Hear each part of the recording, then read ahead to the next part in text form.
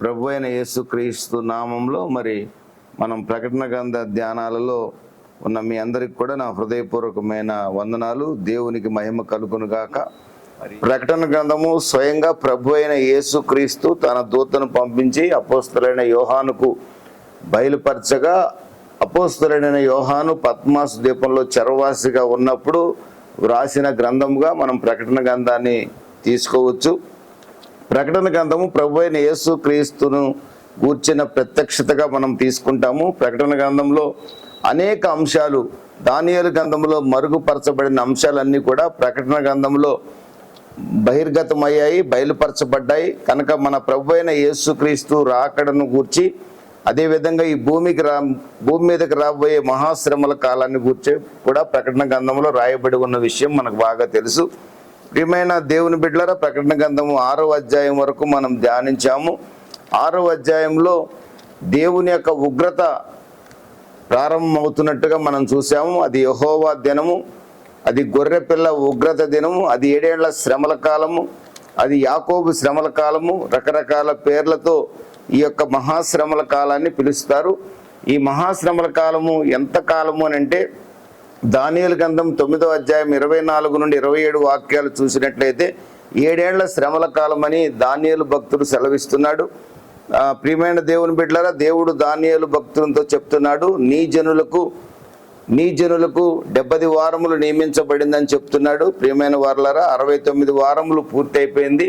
మనం ఇప్పుడు 69 వారాలకు 70వ వారానికి మధ్య కాలంలో ఉన్నాము. దీన్ని సంఘకాలం అంటారు. ఇది గ్యాప్ పీరియడ్. ఈ యొక్క కాలము సంఘకాలము. ఇది ఎప్పుడు ప్రారంభమైంది అంటే, అపోస్తలుల కార్యాలు 2వ అధ్యాయంలో పరిశుద్ధాత్ముడు మేడగదిలో శిష్యులను అభిషేకించిన రోజున ఈ భూమి మీద క్రైస్తవ సంఘం ప్రారంభమైంది. ఈ క్రైస్తవ సంఘము ప్రారంభమైన దగ్గర నుండి క్రైస్తవ సంఘము ఎత్తబడేంత వరకు కూడా దీన్ని సంఘకాలం అంటారు.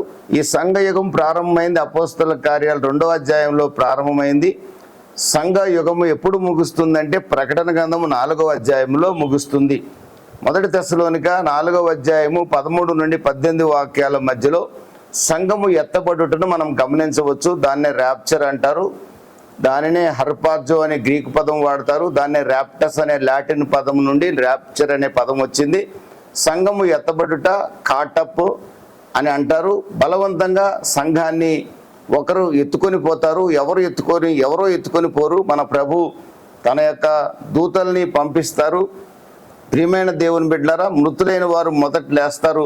ఆ తర్వాత సజీవులమే నిలిచి ఉండు మనము మహిమ శరీరం ధరించుకొని ప్రభు దగ్గరికి మేఘాల మీదకి వెళ్తాం. మేఘాల మీద నుండి పరలోకానికి ప్రభు మనల్ని తీసుకొని వెళ్తాడు.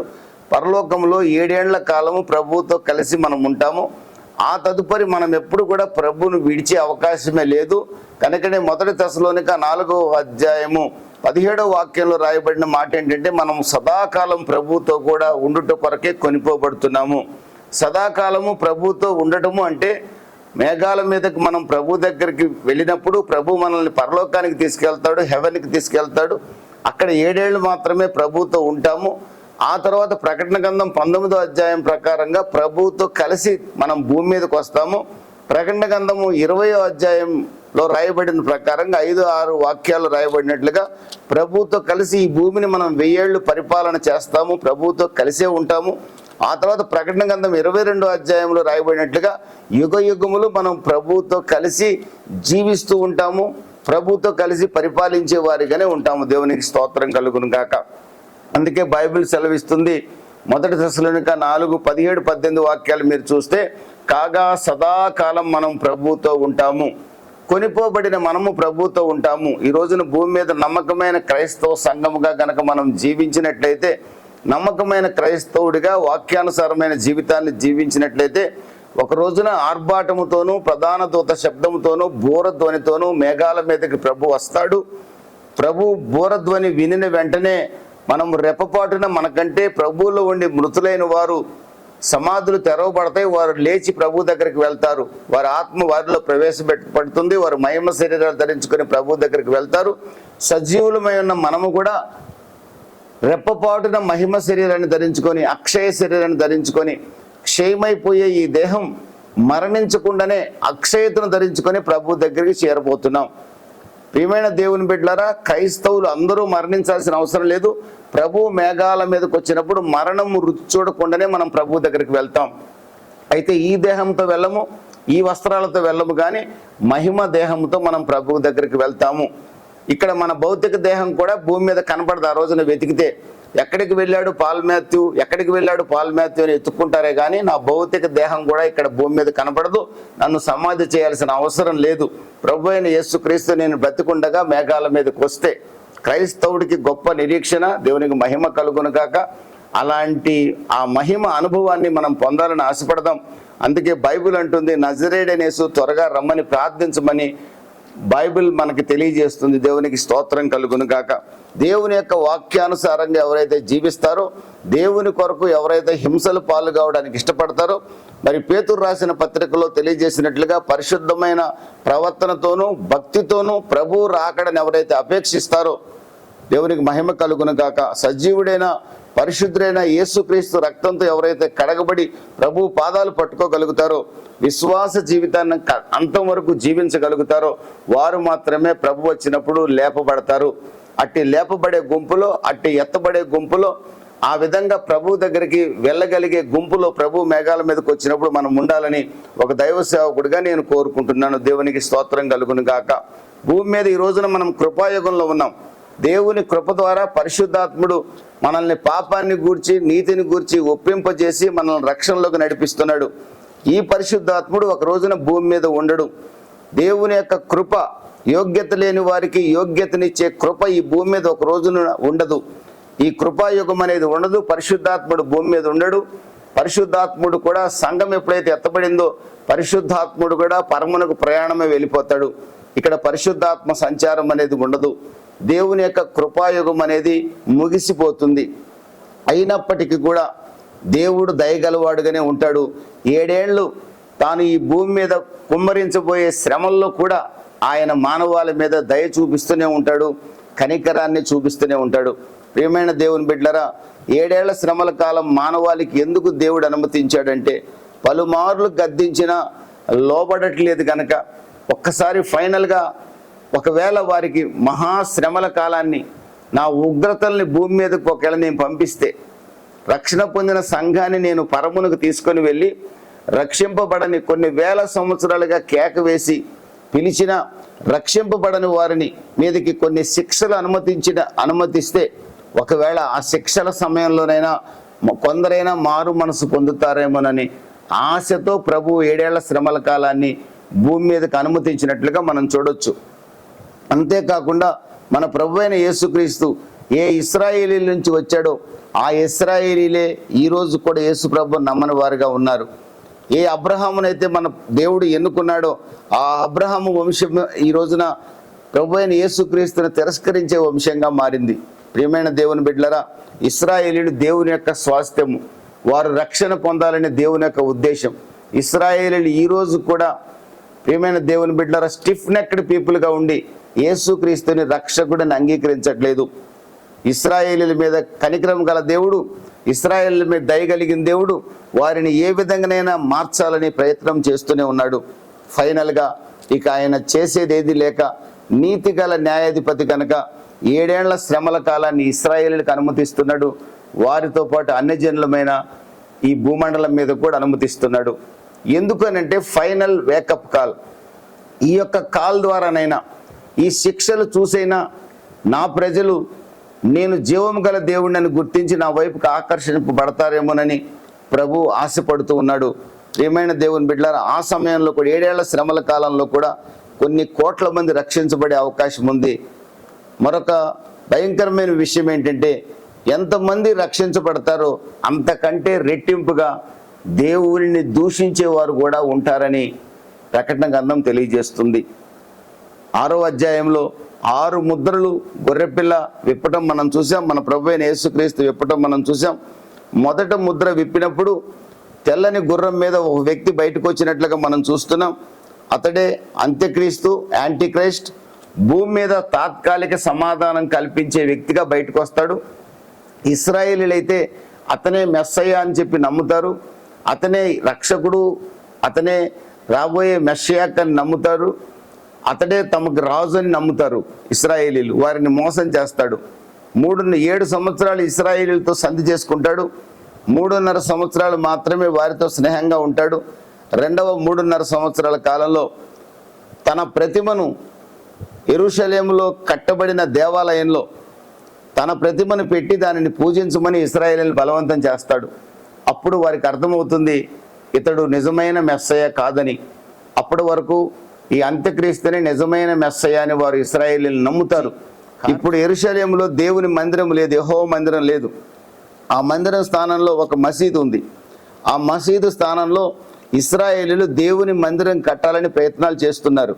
కానీ దేవుని మందిరం కనుక ఈరోజు కట్టబడిందంటే అక్కడ 3వ ప్రపంచ యుద్ధం వస్తుంది. ఇశ్రాయేలీయులు కట్టాలని ఆశ ఉంది కానీ కట్టలేరు. ఈ అంత్యక్రీస్తు అనేవాడిని నిజమైన క్రీస్తు అని ఇశ్రాయేలీయులు నమ్మటానికి కారణం ఏంటంటే అతడు మహమ్మదీయులతో యూదులకి మొత్తం మీద శాంతి ఒప్పందాన్ని కుదురుస్తాడేమో, ఏదో ఒక రకంగా అక్కడ మందిరాన్ని కట్టించే దాంట్లో అతను ప్రముఖ పాత్ర పోషించవచ్చు. దేవుని మందిరాన్ని కట్టించడానికి సహాయపడిన వ్యక్తి కనుక ఇతనే మెస్సయ్య అని నమ్మే అవకాశం కూడా ఉంది అని పండితులు అభిప్రాయపడతారు. ప్రియమైన దేవుని బిడ్డలారా, ప్రపంచమంతా ఆర్థిక సంక్షోభంలో ఉంది. ఇప్పటికీ యుద్ధాలు జరుగుతున్నాయి. ఒక దేశం మీద ఒక దేశం మీదకి ఆహారం లేక అలమటిస్తున్నారు. స్టార్వేషన్తో చాలామంది మరణిస్తున్నారు. ఇంకా ముందు ఇంకా భయంకరమైన పరిస్థితులు రాబోతున్నాయి. ఈ పరిస్థితులన్నిటి కూడా తనకు ఆసరాగా తీసుకొని ఒక వ్యక్తి ప్రపంచాన్ని ఏలడానికి ఒక వ్యక్తి బయలుదేరతాడు. అతడు ప్రపంచ నాయకుడు అవుతాడు. అతడే క్రీస్తు విరోధి. అతడే క్రీస్తు విరోధి.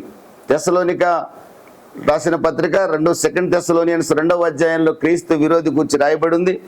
ఈ క్రీస్తు విరోధి తాత్కాలికంగా శాంతి దూతలా కనబడతాడు, కానీ ఆ తర్వాత తానే దేవుణ్ణని తనను పూజించమని ప్రపంచాన్ని అంతా బలవంతం చేస్తాడు.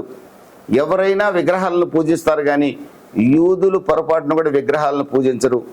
యూదులే మొట్టమొదటిగా క్రీస్తు విరోధిని ఎదిరిస్తారు. అప్పుడే రక్తపాతం ప్రారంభమవుతుంది. ప్రియమైన దేవుని బిడ్డలారా, ఈ క్రీస్తు విరోధి సజీవుడైన దేవుడికి వ్యతిరేకంగా దూషణ మాటలు పలుకుతాడు. 2 తెస్సలోనియన్స్ 2వ చాప్టర్లో చూడొచ్చు. ప్రకటన గ్రంథం 13వ అధ్యాయంలో కూడా చూడొచ్చు. దానియేలు గ్రంథం 8వ అధ్యాయంలో కూడా చూడొచ్చు. ఈ క్రీస్తు విరోధి దేవునికి విరోధమైన మాటలు మాట్లాడతాడు. తానే దేవుణ్ణని ప్రపంచాన్ని ఒప్పించడానికి చూస్తాడు. ఇతనికి సపోర్ట్గా ప్రపంచంలో ఈ రోజున్న మతాలన్నీ కూడా ఒక్క మతంగా తయారవుతాయి. వరల్డ్ రిలీజియన్ అనేది ఒకటి ఏర్పడుతుంది. ప్రపంచ మతాలన్నీ అక్బర్ కాలంలో దీని ఇలాహి అనేది ఏర్పడినట్లుగా ఒక రోజున ప్రపంచ మతాలన్నీ ఏకం కాబోతున్నాయి. ఆ ప్రపంచ మతాలన్నీ ఏకమైనదే మత సంబంధమైన బైబిలోన్ అని పిలుస్తారు దాన్ని. ప్రపంచ మతాలన్నీ ఏకమవుతాయి. దానికి ఒకడు ఉంటాడు అబద్ధ ప్రవక్త. అబద్ధ ప్రవక్త కూడా సాతాను చేత ప్రేరేపించబడినవాడు. ఈ అంత్యక్రీస్తు కూడా సాతాను చేత ప్రేరేపించబడిన వాళ్ళు. వీళ్ళిద్దరు మనుషులే. వీరిద్దరు ఎవరు కూడా మృగాలు కాదు, వీరిద్దరు మనుషులే. కానీ వీరిద్దరిని నడిపించే ఒక శక్తి ఉన్నాడు. వాడే పడిపోయిన దేవదూత, ప్రధాన దూత లూసిఫర్. దేవునికి విరోధమైన కార్యాన్ని చేసేవాడు. అతడే ఆది సర్పము, అతడే ఘట సర్పము, అతడే నాశన పుత్రుడు, అతడే ధర్మ విరోధి. అతడే ఏదైనా తోటలో ఆది దంపతుల్ని పాపానికి ప్రేరేపించిన వాడు. అతడే ఈ యొక్క అంత్యక్రీస్తుకి అధికారాన్ని శక్తినిస్తాడు. అబద్ధ ప్రవక్తకు కూడా శక్తినిస్తాడు. అంత్యక్రీస్తు అయితే నేనే క్రీస్తునని ప్రకటించుకుంటాడు. అబద్ధ ప్రవక్త అయితే అద్భుతాలు మహత్కార్యాలు కూడా మీరు ప్రకటన గ్రంథం 13వ అధ్యాయంలో తర్వాత మనం చూస్తాం. కనుక సాతాను త్రిత్వం అంటారు దీన్ని. సాతాను, అబద్ధ ప్రవక్త, అంత్యక్రీస్తు. సాతాను త్రిత్వం అంటారు దీన్ని. తండ్రి, కుమార, పరిశుద్ధాత్మ. ఇది దైవిక త్రిత్వం అంటారు దీన్ని. డివైన్ ట్రినిటీ ఇది. సాటానిక్ ట్రినిటీ సాతాను, అబద్ధ ప్రవక్త, అంత్యక్రీస్తు. ఎర్రని గుర్రము మీద ఉన్న వ్యక్తి యుద్ధానికి సాదృశ్యంగా ఉన్నాడు. 7 ఏళ్ల శ్రమల కాలంలో భయంకరమైన యుద్ధాలు జరుగుతాయని కూడా మనం చూసాం. 3వ ముద్రను విప్పినప్పుడు నల్లని గుర్రం ఎక్కిన ఒక వ్యక్తి కనబడతాడు. కరువు కాటకాలకు అతడు సాదృశ్యంగా మనం చూడొచ్చు. ఆ రోజున పేదవారికి ఆహారం దొరకని పరిస్థితి ఏర్పడుతుంది. ధనవంతులు మాత్రం ఆ రోజు కూడా ఆహారానికి ఏమి కొదవ ఉండదు. ప్రియమైన దేవుని బిడ్డలారా, 4వ ముద్రను విప్పినప్పుడు పాండుర వర్ణము కలిగిన ఒక గుర్రం మీద ఉన్న ఒక వ్యక్తి కనబడతాడు. అతడి పేరే మృత్యువు. ప్రియమైన వాళ్ళారా, కరువుల వలన, యుద్ధాల వలన, క్రూర మృగాల వలన, తెగుళ్ళ వలన ఈ 4 ముద్రలు విప్పినప్పుడు 8వ వాక్యంలో మనం చూస్తే 6వ అధ్యాయం 8వ వాక్యంలో చూస్తే భూమి యొక్క 4వ భాగం పైన వారికి అధికారం ఇవ్వబడెను. అంటే 1/4 ఆఫ్ ది వరల్డ్ పాపులేషన్ ఆ రోజు ఉన్న ప్రపంచ జనాభాలో ప్రభు ఈ యొక్క 7 ఏళ్ల శ్రమల కాలం ఎప్పుడు ప్రారంభమైన కొద్ది సంవత్సరాల లోపునే, అది 1 ఇయర్లో కావచ్చు, 2 ఇయర్లో కావచ్చు, 1/4 ఆఫ్ ది వరల్డ్ పాపులేషన్ ఈ 4 విధాలుగా, యుద్ధాల ద్వారా, కరువుల ద్వారా, తెగుళ్ల ద్వారా, క్రూర మృగాల ద్వారా 1/4 ఆఫ్ ది వరల్డ్ పాపులేషన్ చనిపోతారు. 5వ ముద్రను విప్పినప్పుడు వధింపబడి హతసాక్షులైన వారు కనబడ్డారు యోహానికి. ఈ హతసాక్షులైన వారు ఎవరు అని యోహాను చూస్తున్నప్పుడు వారందరూ కూడా దేవుని యొక్క వాక్య నిమిత్తం, సాక్ష్య నిమిత్తం శ్రమల కాలంలో చనిపోయిన వారు. వారికి తెల్లని వస్త్రాలు ఇవ్వబడ్డాయి. అయితే వారు అడుగుతున్నారు, దేవా సత్యస్వరూపి, ఎందాక తీర్పు తీర్చక యుందువు? మా రక్తము నిమిత్తము భూనివాసులకు ప్రతిదండన చేయుము అని అడుగుతున్నారు. అంటే మేము చంపబడ్డాము, అన్యాయంగా చంపబడ్డాము, నీ సాక్షులుగా భూమి మీద ఉన్నందుకు చంపబడ్డాము, నీ వాక్యాన్ని ప్రకటించినందుకు చంపబడ్డాము, మేము చంపబడ్డాము కనుక ప్రతీకారము చేయమని అడుగుతున్నారు. వారు బలిపీఠం కింద వారి ఆత్మలు ఉన్నట్లుగా మనం చూడగలం. ప్రియమైన దేవుని బిడ్డలారా, వీరిని పాత నిబంధన పరిశుద్ధులు అనేవారు ఉన్నారు, వీరు ఇశ్రాయేలీలు అని చెప్పేవారు కూడా ఉన్నారు. వీరు 7 ఏళ్ల శ్రమల కాల ప్రారంభంలో చంపబడ్డవారని చెప్తారు. ఇందులో ఇశ్రాయేలీలు ఉంటారు, అన్ని జనులు కూడా ఉంటారు. వారు శ్రమ పడ్డారు కాబట్టి ప్రతీకారం చేయమని అడుగుతున్నారు. అయితే ఒక స్వరం వారితో ఏం చెప్తుందంటే, ఇంకా 7 ఏళ్ల శ్రమల కాలంలో మీలాగా చనిపోయేవారు చాలామంది ఉన్నారు, మీలాగా హతసాక్షులు అయ్యేవారు ఉన్నారు, లేదా శ్రమలు పడి సాధారణ మరణాన్ని పొందేవారు కూడా ఉన్నారు, శ్రమలలో కాలేవారు కూడా ఉన్నారు. వారందరూ కూడా ఇంకా రావాల్సి ఉంది. అప్పుడే ఇంకా నేను తీర్పు తీర్చలేను అని ఒక స్వరం చెప్పడం మనం చూడవచ్చు. అంటే 7 ఏళ్ల శ్రమల కాలం ముగిసేదాకా కూడా ఈ భూమి మీద 7 ఏళ్ల వరకు దేవుని ఉగ్రత కుమ్మరించబడుతుంది. 7 ఏళ్ల శ్రమల కాలం ముగిశాక ప్రభువైన యేసుక్రీస్తు ప్రకటన గ్రంథం 19వ అధ్యాయం 11 నుండి 14 వాక్యాల మధ్యలో రాయబడినట్లుగా తెల్లని గుర్రం ఎక్కి, కిరీటాలు ధరించి, తెల్లని వస్త్రాలు ధరించి మహాసైన్యంతో పరము నుండి దిగి వస్తున్నట్లుగా మనం ప్రకటన గ్రంథం 19వ అధ్యాయంలో చూడగలం. ఆయన తొడల మీద నమ్మకమైన వాడు, సత్యసాక్షి, రాజులకు రాజు, ప్రభువులకు ప్రభు అని రాయబడినట్లుగా మనం చూడొచ్చు. ఆయన వెనక వచ్చే పరలోక సైన్యంలో మీరు నేను ఉండాలని నేను ఆశపడుతున్నాను. దేవునికి స్తోత్రం కలుగును గాక. ఆ రోజున ఆయన యుద్ధం చేస్తాడు. ఎవరితోనంటే ఈ 7 ఏళ్ల శ్రమల కాలానికి ఎవరైతే ప్రపంచ నాయకుడిగా ఉన్నాడో ఆ అంత్యక్రీస్తుతో యుద్ధం చేసి ఆయన వాడిని నిత్య అగ్నిగుండానికి పంపిస్తాడు. ప్రపంచ మతాలన్నిటినీ ఏకం చేసిన ఒక మత పెద్ద ఉన్నాడు. ప్రపంచ అబద్ధపు మతాలన్నిటికీ నాయకుడిని కూడా అగ్నిగుండంలో వేస్తాడు. వీరిద్దరికీ శక్తినిచ్చిన సాతాను, పడిపోయిన దేవదూత లూసిఫర్, వాడిని మాత్రం అగాధంలో బంధిస్తాడు, అగ్నిగుండంలో వేయడు. వాడికి శిక్ష, నెక్స్ట్ అగ్నిగుండం పర్మనెంట్గా వాడిని నిర్మూలన చేసే ఒక రోజు ఉంది. అది ప్రకటన గ్రంథం 20వ అధ్యాయం 11, 12, 13 వాక్యాల్లో మాత్రం మనం చూడగలం. ప్రియమైన దేవుని బిడ్డలారా, మరి 6వ ముద్రను విప్పినప్పుడు 6వ అధ్యాయంలో మీరు చూశారు. 6వ ముద్రను విప్పినప్పుడు మహాభయంకరమైన భూకంపాలు కలిగాయి, దీవులు కనుమరుగైపోయాయి, కొండలు కూడా వాటి స్థానాలు తప్పాయి. భయంకరమైన పరిస్థితి భూగోళం మీద ఏర్పడింది దేవుని యొక్క మహా ఉగ్రత వల్ల. 6వ ముద్రను విప్పినప్పుడు మరొక ఉగ్రత మానవాళి మీదకి వచ్చింది. దేవుడే పంపించాడు ఈ ఉగ్రతని. ఎందుకు పంపించాడంటే ఇప్పటికైనా కొందరైనా మారతారేమోనని. ఆకాశమేమో కదులుతూ ఉంది, యుద్ధం జరుగుతున్నట్టుగా ఆకాశంలో. కొండలేమో ఇక్కడున్న కొండ ఇంకో చోటుకి వెళ్ళిపోతుంది, ఏం అర్థం కాల. ఈరోజు ఉన్న దీవి రేపు కనపట్ల, ఐలాండ్ కనపట్ల, మాయమైపోతున్నాయి.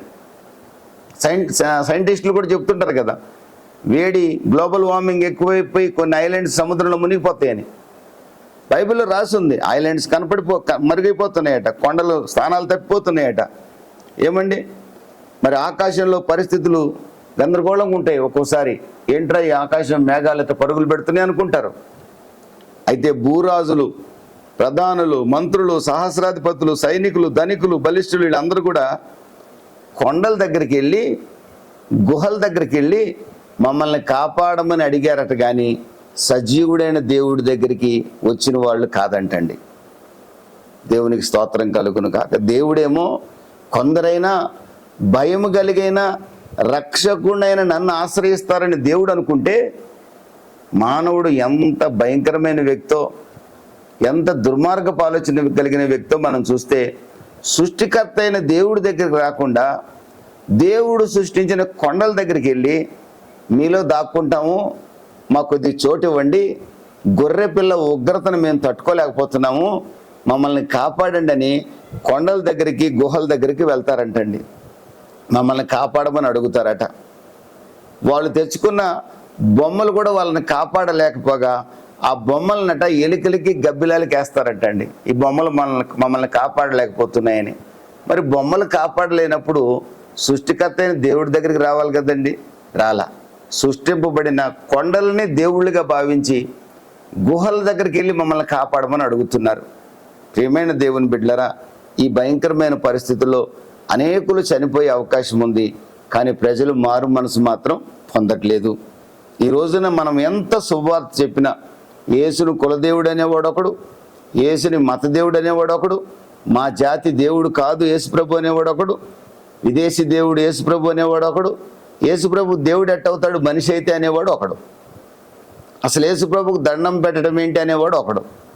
ఇది ఈ రోజున మనం ఎంత శుభవార్త చెప్పినా మనుషుల హృదయాలు కఠినమైపోతున్నాయి. కానీ మనము ప్రకటిస్తూనే ఉండాలి. దేవునికి స్తోత్రం కలుగును కాక.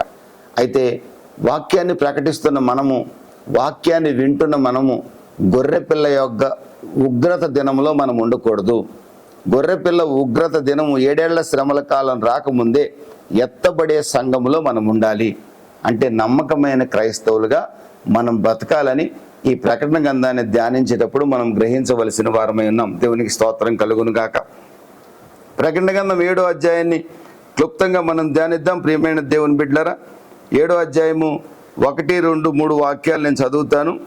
అటు తర్వాత భూమి యొక్క 4 దిక్కులలో 4 దేవదూతలు నిలిచి ఉండి, భూమి మీదనైనను సముద్రం మీదనైనను ఏ చెట్టు మీదనైనను గాలి వీచుకున్నట్లు భూమి యొక్క 4 దిక్కుల వాయువులను పట్టుకొని ఉండగా చూచితిని. మరియు సజీవుడగు దేవుని ముద్ర గల వేరొక దూత సూర్యోదయ దిశ నుండి పైకి వచ్చుట చూచితిని.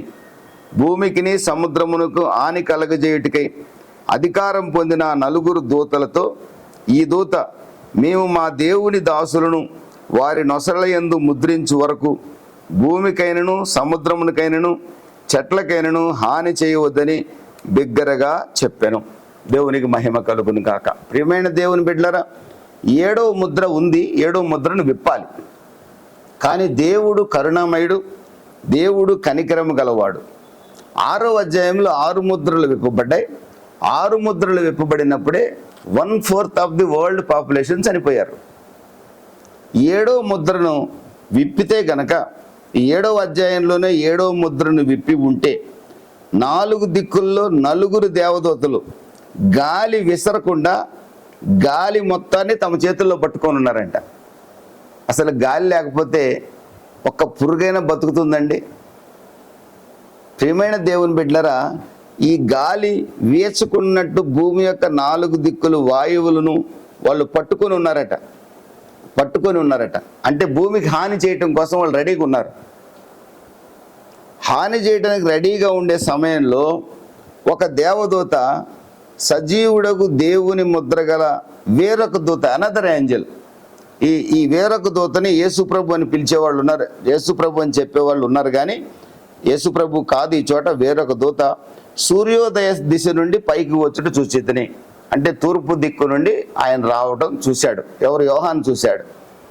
సూర్యోదయ దిక్కు నుండి ఒక దేవదూత పైకి వచ్చుట యోహాను చూశాడు. భూమికి సముద్రానికి హాని కలగజేయటానికి ఆ 4 దూతలు అధికారం పొందారు. భూమికి సముద్రానికి హాని కలగజేయడానికి 4 దూతలు సిద్ధంగా ఉన్నారు. కానీ ఇక్కడ దేవుని యొక్క కనికరాన్ని మనం చూడగలం. హాని చేయమని 4 దూతలను సిద్ధపరిచింది దేవుడే. సిద్ధపరిచిన వాడు ఏం చేస్తున్నాడంటే ఆగండి అని చెప్పించాడు. తన మరొక దూతను పంపించి ఆగమని చెప్పాడు. ఎందుకు ఆగమన్నాడు? దేవుని యొక్క హృదయాలోచన ఎలా ఉంటుందంటే, ఏ విధముగానైనా తన ప్రజలు రక్షింపబడాలని దేవుని యొక్క ఆశ. రోమీలకు రాసిన పత్రికలో అపోస్తులైన పౌలు అంటాడు, నా సహోదరులైన ఇశ్రాయేలీలు రక్షింపబడాలని నా హృదయాభిలాష అయి ఉన్నది అంటున్నాడు. ఇంకా ఏమంటున్నాడంటే, నా సహోదరులైన ఇశ్రాయేలీలు రక్షణ పొందుతారు అంటే నేను చనిపోవటానికి కూడా సిద్ధంగా ఉన్నాను అంటున్నాడు. ఒక దైవ సేవకుడికి అంత భారం ఉంటే ఆత్మల రక్షణ మీద, మరి సృష్టించిన దేవుడు, మన తండ్రి అయిన దేవుడు, మన నాసికారంధ్రాల్లో జీవవాయువు ఊదిన దేవుడు, మనం ఉగ్రత పాలై నిత్య నరకాగ్నికి వెళ్తుంటే చూస్తూ ఊరుకుండగలడా? ఊరుకుండలేకనే కదా తన ప్రియకుమారుడైన యేసుక్రీస్తుని మన పాప పరిహారార్థమై అమూల్యమైన రక్తాన్ని చిందించేటట్లుగా చేశాడు. తన ప్రియకుమారుడైన యేసుక్రీస్తుని, అతి సుందరుడైన యేసుక్రీస్తుని స్వరూపమైన సొగసైన లేనివాడిగా మారమని సెలవిచ్చి దేవుడు పంపించాడు.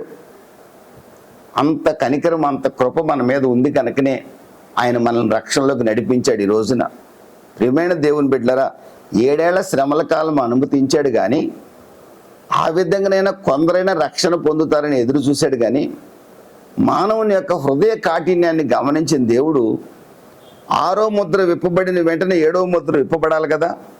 7వ ముద్ర 8వ అధ్యాయంలో విప్పుతున్నాడు. 7వ అధ్యాయం అంతా గ్యాప్.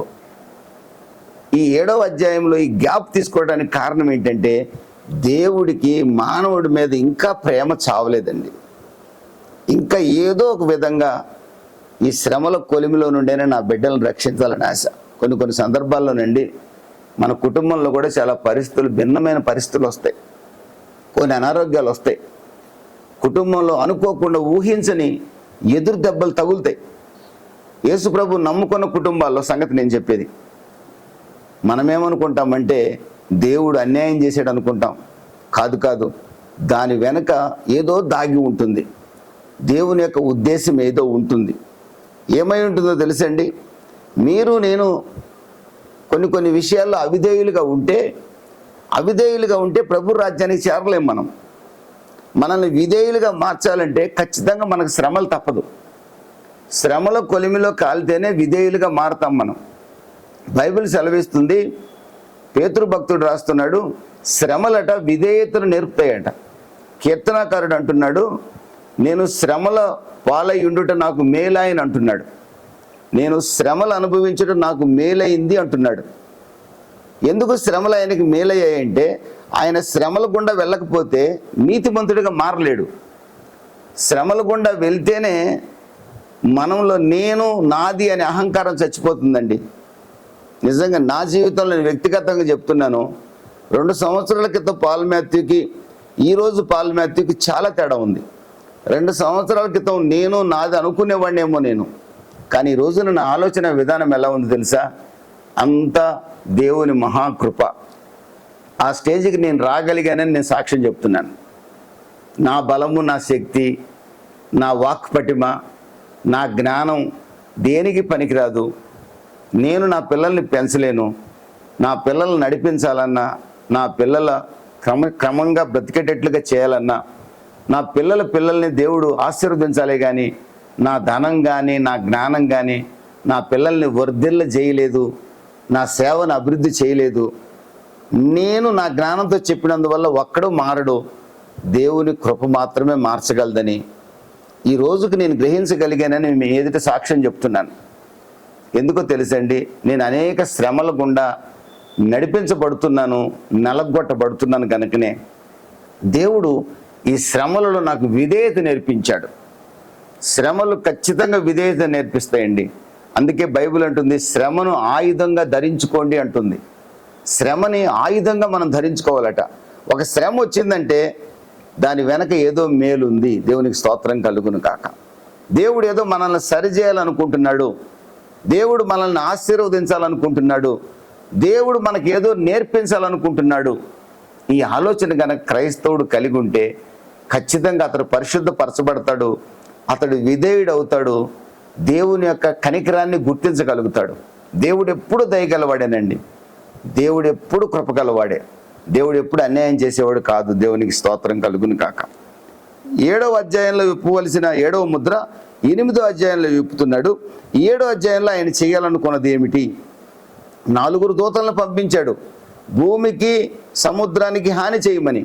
కానీ వెంటనే సూర్యోదయ దిక్కు నుండి మరొక దూతను పంపించాడు. దేవుడే పంపిస్తున్నాడు. పంపించి ఆ దేవదూత చెప్తున్నాడు, భూమికి సముద్రానికి హాని చేయాలనుకున్న 4 దూతలను ఆగమనండి అన్నాడు. అనదర్ ఏంజల్ వచ్చి ఆ 4 దేవదూతలతో చెప్తున్నారు, మీరు ఆగండి, భూమికి సముద్రానికి హాని చేయవద్దు అని చెప్పారు. 5వ వాక్యంలో 3వ వాక్యంలో చూస్తే ఎందుకు ఆగమంటున్నారని ఆ దేవదూతలు అడిగి ఉండొచ్చు.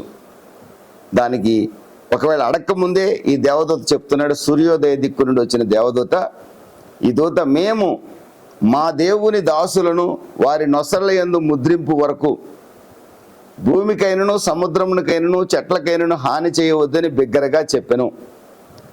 మేము మా దేవుని దాసుల్ని కొంతమందిని మేము నిర్ణయించుకున్నాం. దేవుడు కొంతమందిని ఎలక్ట్ చేసుకున్నాడు. వాళ్ళకి నొసట మేము ముద్ర వేస్తాం. ఆ నొసట మీద వేసే ముద్ర ఏంటంటే తండ్రి అయిన దేవుని నామం. తండ్రి అయిన దేవుని నామాన్ని వారి నొసట మేము ముద్రిస్తాం. ప్రకటన గ్రంథం 14వ అధ్యాయంలో రాయబడి ఉంది, తండ్రి అయిన దేవుని నామం అని రాయబడి ఉంది, నొసట రాయబడిన నామం. ఈ నామాన్ని మేము మా దేవుని యొక్క దాసుల నొసట మేము రాయబోతున్నాం. మేము రాసేంత వరకు కూడా మీరు ఈ భూమికి కానీ సముద్రానికి కానీ చెట్లకు కానీ హాని చేయొద్దు. అంతే. 4 దేవదూతలు అలాగే ఆగిపోయారండి.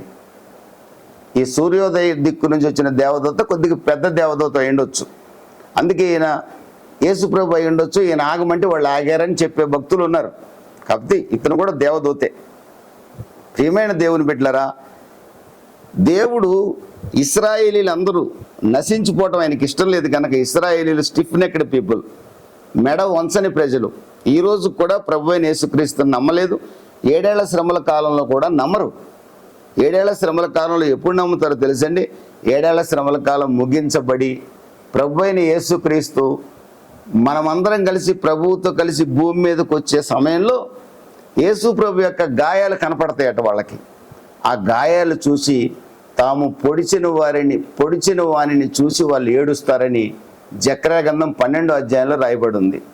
ప్రకటన గ్రంథం 1వ అధ్యాయంలో కూడా 1 నుండి 6 వాక్యాల మధ్యలో రాయబడింది. తాము పొడిచిన వారిని చూసి వారు తమ ఏక కుమారుడు, తమ ఇంట్లో ఉండే ఒకే ఒక కుమారుడు చనిపోయినట్లుగా ఏడుస్తారట. జకర్యా గ్రంథం 12, 13, 14 అధ్యాయాల్లో మనం ఆ వాక్యాలన్నిటినీ గమనించవచ్చు. అప్పుడు ఇశ్రాయేలీలు మారు మనసు పొందుతారు. ఇశ్రాయేలీల జనాంగంలో యేసు ప్రభు భూమి మీదకి వచ్చే సమయానికి ఎంతమంది మిగిలి ఉంటారు అని లెక్కలు వేస్తే ఇప్పుడున్న ఇశ్రాయేల్ జనాల్లో 1/3 ఆఫ్ ది ఇజ్రాయేలీట్స్ మాత్రమే బతుకుంటారటండి. మిగిలిన వాళ్ళందరూ యుద్ధాల వల్ల ఈ శ్రమల కాలంలో చనిపోయే వారే ఎక్కువ మంది ఉంటారట. ప్రియమైన దేవుని బిడ్డలారా, ఈరోజు కూడా వారు మీ యేసు ప్రభు అంటారు కానీ యేసు ప్రభు, మన యేసు ప్రభు అనే మాట వారి నోటి నుండి రాదు. ఇప్పుడిప్పుడే కొందరు రక్షణ పొందుతున్నారు. అయినా ఇశ్రాయేలీలు మన దేవుని యొక్క స్వాస్థ్యం, ఆయన వారిని విడిచిపెట్టడు. కనుకనే 7వ అధ్యాయం ప్రత్యేకంగా ఇశ్రాయేలీల్లో దేవుడు కొందరిని సెలెక్ట్ చేసుకున్నాడు. 1,44,000 మందిని సెలెక్ట్ చేసుకున్నాడు. గోత్రానికి 12,000 మంది చొప్పున సెలెక్ట్ చేసుకొని 1,44,000 మంది నొసట ముద్రిస్తున్నాడు దేవదూత. ఇక ఈ 1,44,000 మంది పొరపాటును కూడా 7 ఏళ్ల శ్రమల కాలంలో చనిపోరు. 7 ఏళ్ల శ్రమల కాలం తర్వాత వీరు సజీవులుగానే యేసు ప్రభు యొక్క 1000 ఏళ్ల పాలనలోకి అడుగు పెడతారు. యేసు ప్రభు యొక్క 1000 ఏళ్ల పాలనలోకి ఇశ్రాయేలీలు 1,44,000 మంది సజీవులుగానే 1000 ఏళ్ల పాలనలోకి అడుగు పెడతారు. వీళ్ళు ఎవరంటే జూయిష్ ఎవాంజలిస్టులు, యూదా సువార్థికులు. వీళ్ళని దేవుడు ప్రత్యేకంగా శ్రమల కాలంలో ఎన్నుకున్నాడు. ప్రపంచమంతా వీళ్ళు సువార్త ప్రకటిస్తారు. ఈ 12 గోత్రాల్లో 12,000 చొప్పున 1,44,000 మందిని ఎన్నుకున్నారు. అయితే ఇందులో దాను గోత్రం అనేది కనపడదు. ఈ 12 గోత్రాల్లో దాను అనేది ఒక గోత్రం. ఇశ్రాయేల్ గోత్రాల్లో దాను గోత్రం అనేది కనపడదు. ఆ దాను గోత్రము, ఎఫ్రాయిం అనే గోత్రం కూడా ఇందులో కనపడదు. మీరు తర్వాత వర్షం చదువుకుంటే అర్థమవుతుంది. దాను గోత్రము, ఎఫ్రాయిం గోత్రము కనపడదు. ఎందుకు ఈ గోత్రాలు ఇక్కడ వీళ్ళని ఎన్నుకోలేదు దేవుడు అంటే, దేవుడికి విగ్రహారాధన అంటే అసహ్యం. ఈ దాను గోత్రీకులు, ఎఫ్రాయిం గోత్రీకులు ఇశ్రాయేలీయుల్లో విగ్రహారాధనని ప్రోత్సహించిన గోత్రాలు ఈ 2 గోత్రాలు కూడా. యెరోబాము అనే ఒక రాజు పరిపాలన కాలంలో 2 బంగారు దూడలను తయారు చేసి దానులోను బేతేలులోను ఆ దూడలను పెట్టి ఐగుప్తు నుండి ఇశ్రాయేలీయులను బయటికి తీసుకొచ్చిన దేవుళ్ళు ఈ దూడలే అని చెప్పి ప్రకటిస్తే ఇశ్రాయేలీయుల్లో ముఖ్యంగా దాను గోత్రికులు ఎఫ్రాయిము గోత్రికులు ఇద్దరు కూడా వారు ఆ దూడల్ని దేవుళ్ళుగా ఆరాధించారట. దేవుడు దేనినైనా సహిస్తాడు, కానీ విగ్రహారాధన మన దేవుడికి పరమ అసహ్యమైన కార్యం. విగ్రహారాధన అంటే బొమ్మకు దండం పెట్టడమే కాదు, దేవుని స్థానంలో ధనాన్ని విగ్రహంగా చేసుకున్న, దేవుని స్థానంలో పిల్లల్ని విగ్రహాలుగా చేసుకున్న, దేవుని స్థానంలో భార్యని విగ్రహంగా చేసుకున్న, భర్తను విగ్రహంగా చేసుకున్న, ఉద్యోగాన్ని విగ్రహంగా చేసుకున్న దేవుడికి అసహ్యమైన కార్యక్రమం. నాకంటే మీరు దేనిని ప్రేమించినా నా రాజ్యమునకు వారసులు కాదని ప్రభు సెలవిచ్చాడు. ప్రియమైన దేవుని బిడ్డలారా, ఈ దాను ఎఫ్రాయిము గోత్రికులు ఈ 12 గోత్రాలు, ఇక్కడ రాయబడిన 12 గోత్రాలు మిస్ అయిపోయారు. దానికి కారణం ఏంటంటే వారి యొక్క విగ్రహారాధన అనేది పండితుల యొక్క అభిప్రాయమే కాదు, అది సత్యం కూడా. విగ్రహారాధన దేవుడికి అయిష్టమైన కార్యం. దేవునికి స్తోత్రం కలుగును గాక. ఈ చోట దేవుని యొక్క కనికరాన్ని మనం చూడొచ్చు. శ్రమల కాలంలో కూడా తల వంచని ఇశ్రాయేలీల్ని తానే 12,000 మంది చొప్పున గోత్రానికి ఏర్పరచుకొని ప్రపంచమంతా రాజ్య సువార్త ప్రకటింపజేశాడు దేవుడు. మెస్సయ రాబోతున్నాడు, మెస్సయ రాజ్యాన్ని స్థాపించబోతున్నాడని రాజ్య సువార్త, క్రీస్తు సువార్త కాదు, రాజ్య సువార్త ప్రకటింపజేస్తాడు. దేవునికి స్తోత్రం కలుగును గాక. అయితే మీకు ఒక విషయము, ఎహెజ్కేలు గ్రంథం 48వ అధ్యాయంలో మిలీనియం టెంపుల్ ఉంటుంది. 1000 ఏళ్ల పాలనలో ఒక దేవాలయం కట్టబడుతుంది. ఆ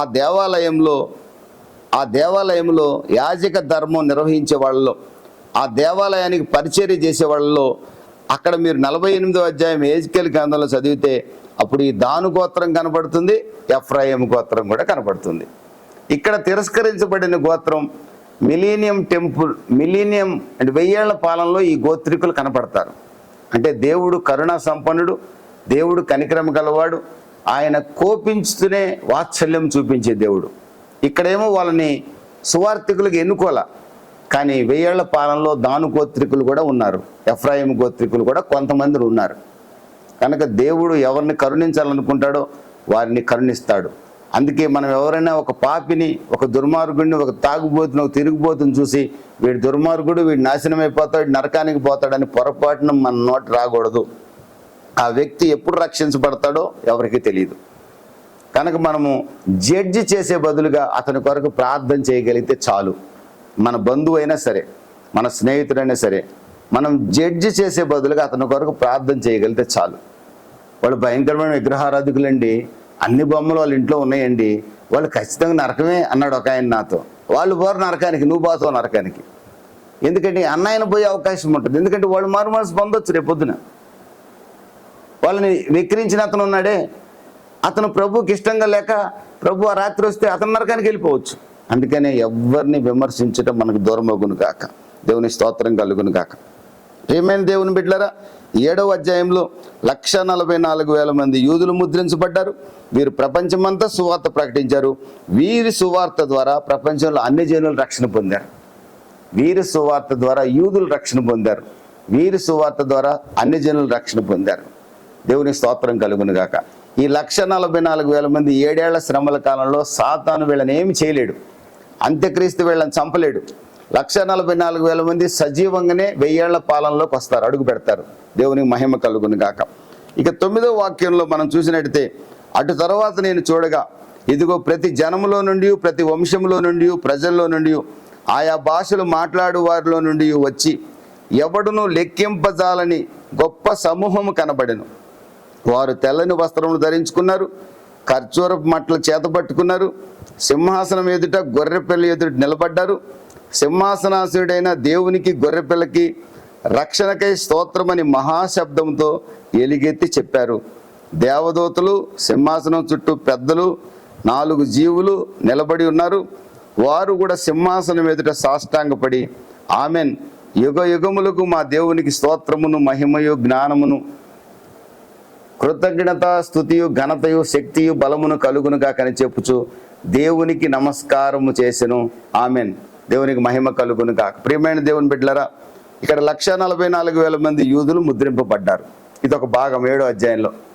వీరు సువార్త ప్రకటించడం ద్వారా మీరు ఒక అద్భుతం ఏంటంటే, యూదులు రక్షింపబడి దేవుడు వారిని ముద్రించి సువార్త ప్రకటించమని పంపిస్తే వీరు ప్రపంచమంతా సువార్త చేస్తే కులం మతం ఏమి లేకుండా ఆయా జనములు, ఆయా వంశములు, ఆయా ప్రజల్లో, ఆయా భాషల్లో నుండి కొన్ని కోట్ల మంది రక్షణ పొందారండి. దేవునికి స్తోత్రం కలుగును గాక. వీరందరూ తెల్లని వస్త్రాలు ధరించుకొని ఏమండి ఖర్జూర మట్టలు చేత పట్టుకొని దేవుని గొర్రె పిల్లకు, సింహాసనాసురైన దేవునికి స్తోత్రము కలుగును గాక, మహిమ కలుగును గాక అని వారు స్తుతిస్తూ ఉండగా 24 పెద్దలు, 4 జీవులు, దేవదూతలు వారందరూ కూడా అక్కడ స్తుతి చేసినట్లుగా, దేవునికి నమస్కారం చేసినట్లుగా మనం చూడగలుగుతున్నాం. పరలోకంలో గొప్ప అద్భుతమైన స్తుతి ఆరాధన జరుగుతుంది. వీళ్ళు ఎవరు అని అంటే యూదు సువార్థికులు సువార్త ప్రకటించడం ద్వారా రక్షణ పొందిన ఆయా జాతుల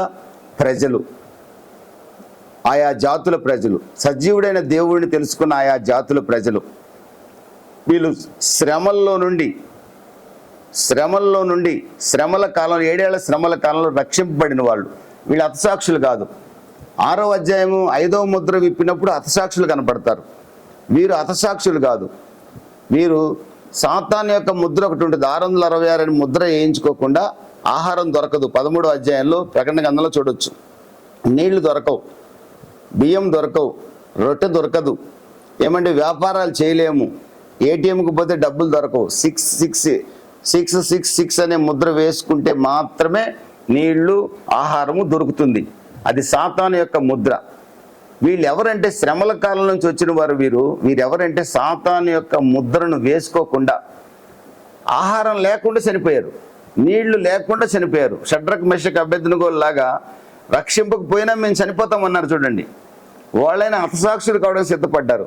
వీళ్ళని ఎవరు చంపల, ఇక్కడ ఉన్న వాళ్ళని ఎవరు చంపల. వీళ్ళే శ్రమల గుండా వెళ్ళి చనిపోయారు.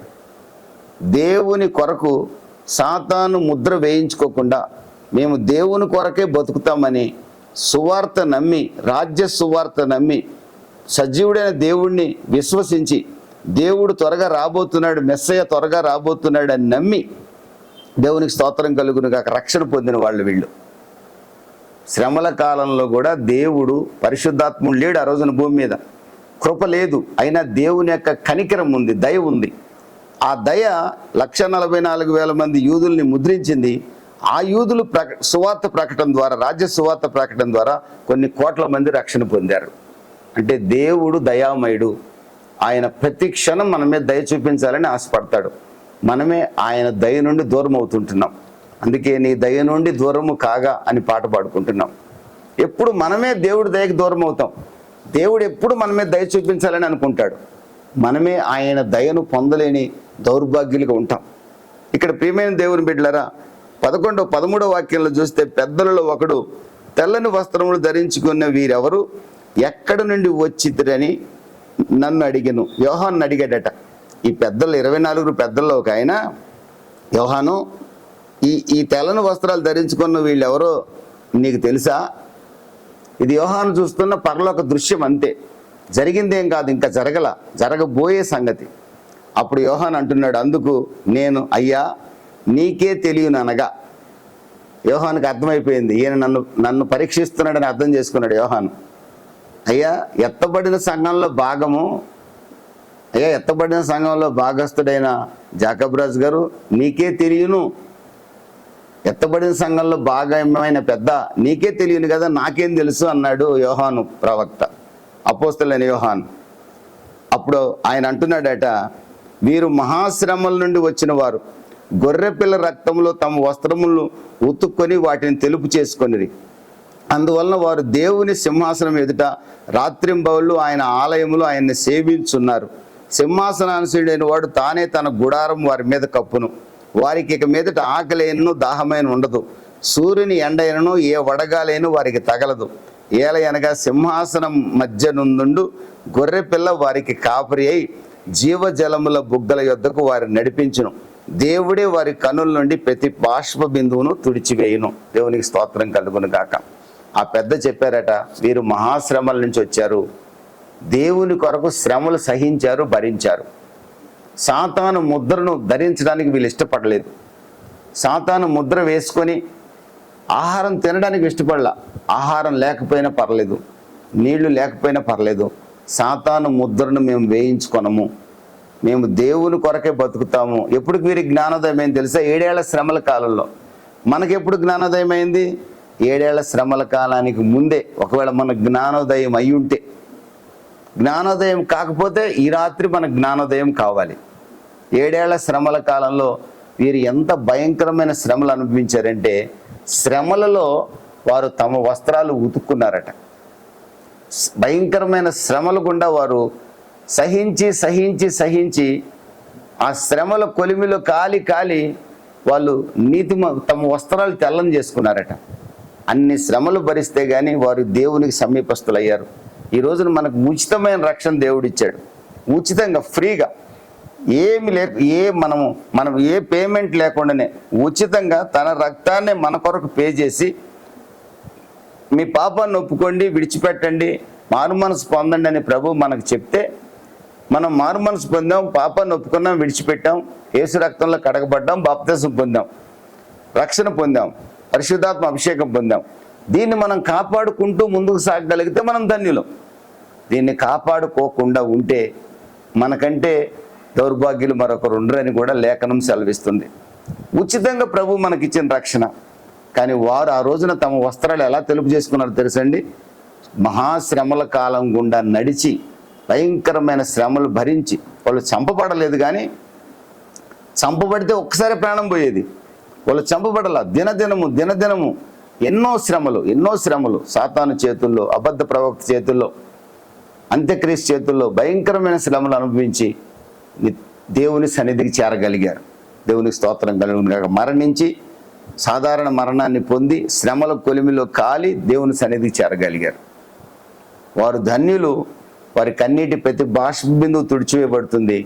వారు పరలోకంలో ఉన్న దేవుని ఆలయంలో దేవునికి సేవ చేసేవారిగా ఉంటారు. దేవునికి స్తోత్రం కలుగును కాక. ఏమైనా దేవుని బిడ్డలారా, శ్రమల కాలంలో రక్షింపబడిన వారికి కూడా దేవుడు గొప్ప కృప ఇచ్చాడు. వాళ్ళకి ఎంత గొప్ప దయ చూపించాడంటే, పరలోకంలో దేవుని ఆలయంలో సేవ చేసే బాధ్యత వీళ్ళకి ఇచ్చాడు. 7 ఏళ్ల శ్రమల కాలంలో మహాశ్రమల గుండా నడిచి రక్షింపబడిన వారికి పరలోకంలోని దేవుని ఆలయంలో సేవ చేసే భాగ్యాన్ని దేవుడు కల్పించాడు. మరి మనకిచ్చిన భాగ్యం ఏంటి తెలుసండి? మనం వధువు సంఘం. మనం ప్రభువైన యేసుక్రీస్తుకు వధువు. ప్రభువైన యేసుక్రీస్తు పెళ్లి కుమారుడైతే మనం వధువు సంఘం. మనకిచ్చిన గొప్ప ధన్యత ఏంటో తెలుసండి? 1000 ఏళ్ళు యేసు ప్రభుతో కలిసి పరిపాలన చేయబోతున్నాం. యుగయుగములు యేసు ప్రభుతో కలిసి నూతన యెరూషలేము పట్టణంలో ఉండబోతున్నాం. యుగయుగములు ఆయనతో పరిపాలన చేయబోతున్నాం. ఇది మనకిచ్చిన ధన్యత. దేవునికి మహిమ కలుగును గాక. ఉచితమైన రక్షణ మనం పొందాం. గొప్ప ధన్యత ప్రభు మన ముందు మనకి ఇస్తున్నాడు. వీళ్ళు శ్రమల కాలం గుండా నడిచారు. వీళ్ళకి దేవుడిచ్చిన ధన్యత ఏంటంటే, పరలోకంలో ఆయన ఆలయంలో సేవ చేసే భాగ్యాన్ని ప్రభు వారికి అనుగ్రహించాడు. ఈ చోట మనం గుర్తుపెట్టుకోవాల్సింది, మనం ఆరాధిస్తున్న దేవుడు ఎప్పటికీ దయామయుడు, కనికరం గలవాడు. ఈరోజు కూడా మన పక్షంగా ఆయన దయ చూపించేవాడిగానే ఉన్నాడు, కరుణ చూపించేవాడిగానే ఉన్నాడు, కృప చూపించడానికి సిద్ధంగా ఉన్నాడు.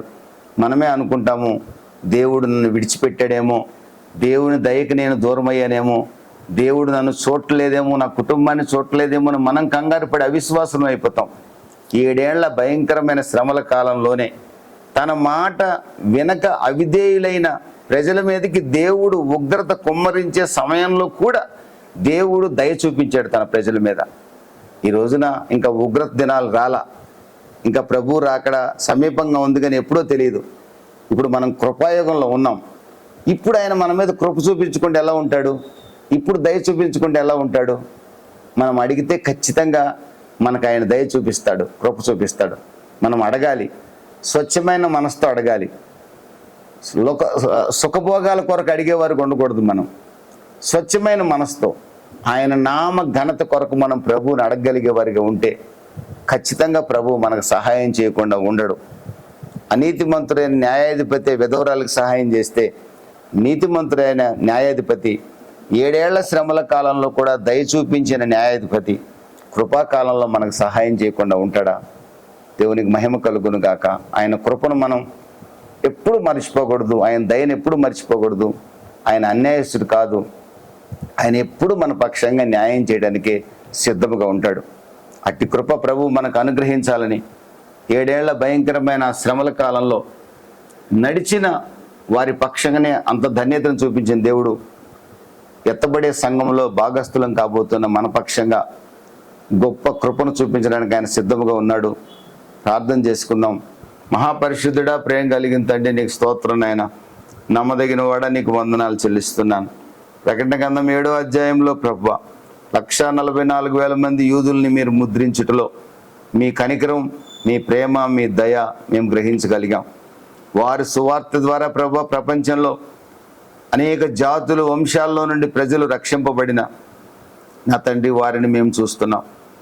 శ్రమల కాలంలో కూడా మీరు దయ చూపించే దేవుడిగా ఉన్నారు, కనికరం చూపించే దేవుడిగా ఉన్నారు.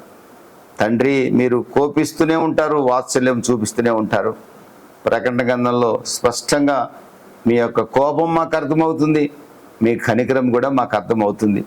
కృపాయుగంలో ఉన్న మేము నీ కృపను నిర్లక్ష్యం చేయకుండా, కృప ద్వారా మీరు మమ్మల్ని రక్షించారు కనుక మీ కృపను నిర్లక్ష్యపరచకుండా, మీ రక్షణను మేము పోగొట్టుకోకుండా బహు జాగ్రత్తగా రక్షణను కాపాడుకుంటూ ఎత్తబడే సంఘంలో మేముండే భాగ్యం దయచేయమని, ఆ శ్రమల కాలంలో నా తండ్రి మాలో ఎవ్వరు కూడా ఉండకుండానట్లుగా మీరు సహాయం చేయమని, మీరు ఆకడ కొరకు భక్తితోనూ పరిశుద్ధ ప్రవర్తనతోనూ మీరు ఆకడ కొరకు ఎదురు చూసేవారుగా మేముండే భాగ్యం దయచేయమని నజరేయుడైన యేసు నామములో అడిగి వేడుకొనుచున్నాను తండ్రి. ఆమేన్, ఆమేన్.